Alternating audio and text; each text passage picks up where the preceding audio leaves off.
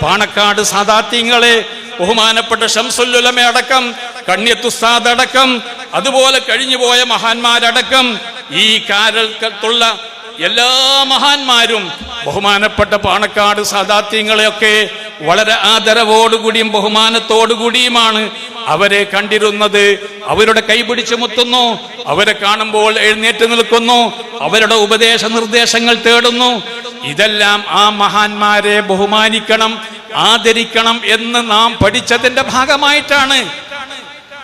അവരോടുള്ള അനാദരവ് കാട്ടത്തക്ക വിധത്തിൽ സോഷ്യൽ മീഡിയയിലും മറ്റൊക്കെ നാം ഉണ്ടാക്കുന്ന ഈ അനാവശ്യമായ കാര്യങ്ങൾ, അത് ഏതിന്റെ പേരിലായിരുന്നാലും ബഹുമാനപ്പെട്ട സമസ്ത കേരള ജംഇയ്യത്തുൽ ഉലമ അംഗീകരിക്കുന്നതല്ല.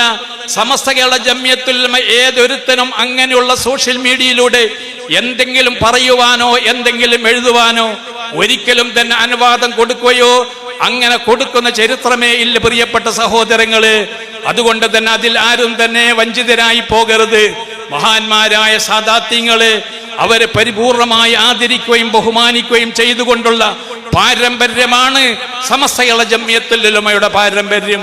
ആ പാരമ്പര്യത്തിൽ നിന്നും പിറകോട്ട് പോകുന്ന പ്രശ്നമേ ബഹുമാനപ്പെട്ട സമസ്ത കേരള ജംഇയ്യത്തുൽ ഉലമക്ക് ഇന്നേ വരെ ഉണ്ടായിട്ടില്ല.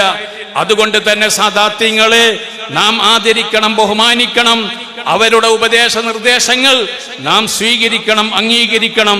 അങ്ങനെയുള്ള മഹാന്മാരാണ് ഈ സമുദായത്തിന് തണലായിട്ടുള്ളത്, ഈ സമുദായത്തിന് രക്ഷയായിട്ടുള്ളത്.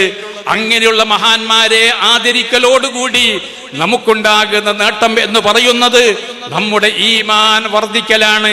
അവരെ അനാദരവ് കാണിക്കുന്ന വിധത്തിലുള്ള എന്തെങ്കിലും കമാൻഡുകൾ ചെയ്തു കഴിഞ്ഞാൽ അതിനാൽ വരുന്ന പ്രത്യാഘാതം നമ്മുടെ ഈമാനിന് ക്ഷതം സംഭവിക്കും എന്ന ഏറ്റവും വലിയ ഗൗരവമായ കാര്യം എല്ലാവരും വളരെ ഗൗരവത്തോടെ കണക്കിലെടുക്കേണ്ടതായിട്ടുണ്ട്.